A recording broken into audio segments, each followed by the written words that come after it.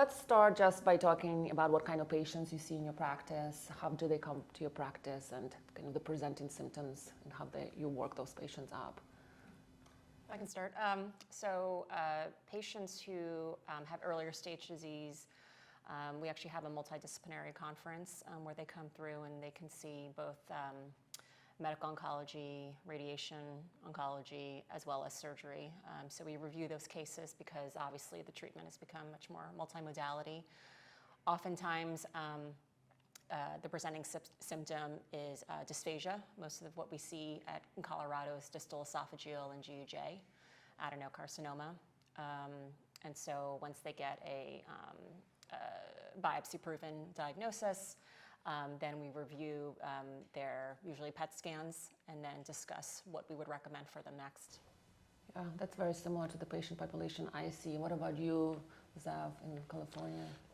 I mean, I think we tend to see a different population. We do see a lot of these GE junction that are often Caucasian, but we also have a very high minority population, and so we do tend to see a lot of distal body tumors that are usually often of people of Asian descent or Latino descent that tend to present a little more with distal body stomach cancer. So they don't always present with dysphagia. They have some vague abdominal pain, early satiety, weight loss, those kind of more classical gastric cancer symptomatology, even though the swallowing is intact. Yeah, that's the difference, I think, in terms of presentation between gastric and esophageal cancer. Suneel, when you see patients in your clinic, what biomarkers do patients usually get tested for at the time of diagnosis? And is it different between esophageal and squamous cell cancers? Yeah, I definitely think we try to do broad NGS panels really for everybody, certainly in the metastatic setting. Early stage setting, I think we're mostly doing MMR testing due to the significant benefit of IO in that setting versus chemotherapy. And yeah, I think in the past it used to be we would do things quite differently for ESCC versus adenocarcinoma.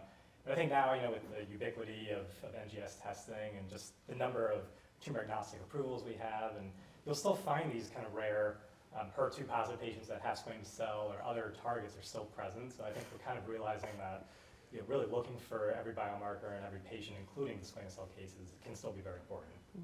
So is it fair to say that all of us see primarily adenocarcinoma patients and squamous cell cancers are a minority in the U.S.?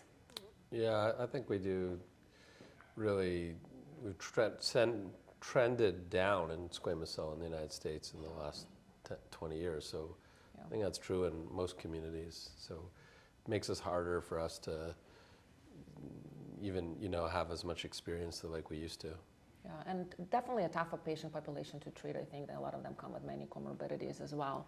I figured we'll talk about the management of this disease based on stage, but before we even go there, maybe we spend a little bit of time talking about the biomarkers and which biomarkers are important.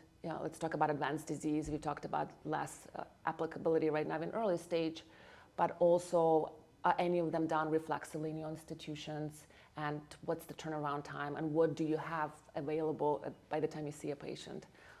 Suneel, maybe you start with this one. Yes, yeah, I mean, I wish a lot more were reflexive, because I think they do matter. For us, MMR really is the only thing that we get as a reflex. But certainly, I think this has become a biomarker-rich disease in a great way recently. So I think, yeah, MMR, PD-L1, HER2, of course, and then now kind of the new kids on the block, Claudin 18.2 as well, I think are critical things I think every patient should have checked up front too.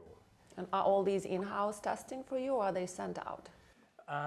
All except for Claudin actually right now. We're in the process of developing that assay in-house, so it will be eventually. That we still send out currently.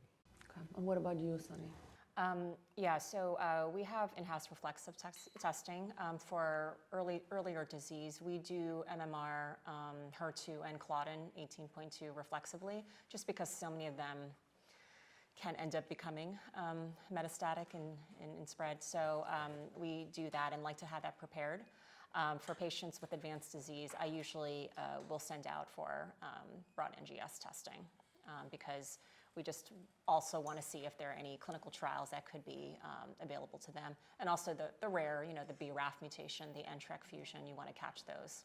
Although I've never seen an NTRK yet. I'm curious to see if any of you have caught that yet. Still waiting. Still waiting, okay. Not in gastric and other diseases for sure.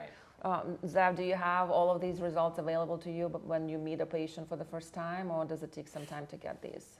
I mean, in our institution, we do have all the IHC results back. And the IHC results are the ones that implicate direct treatment. So the NGS doesn't usually have immediate implications. So we do tend to have the HER2, PD-L1, Claudin maybe not. That's coming still, but the other ones right away. So you can have a discussion with the patient about how to at least get started on treatment with which antibody to use. Because I think it's just, as everybody pointed out, the treatments are becoming so much more personalized. It's chemotherapy plus either immunotherapy or targeted agents, depending on the presence of these biomarkers, and so important to have them available up front.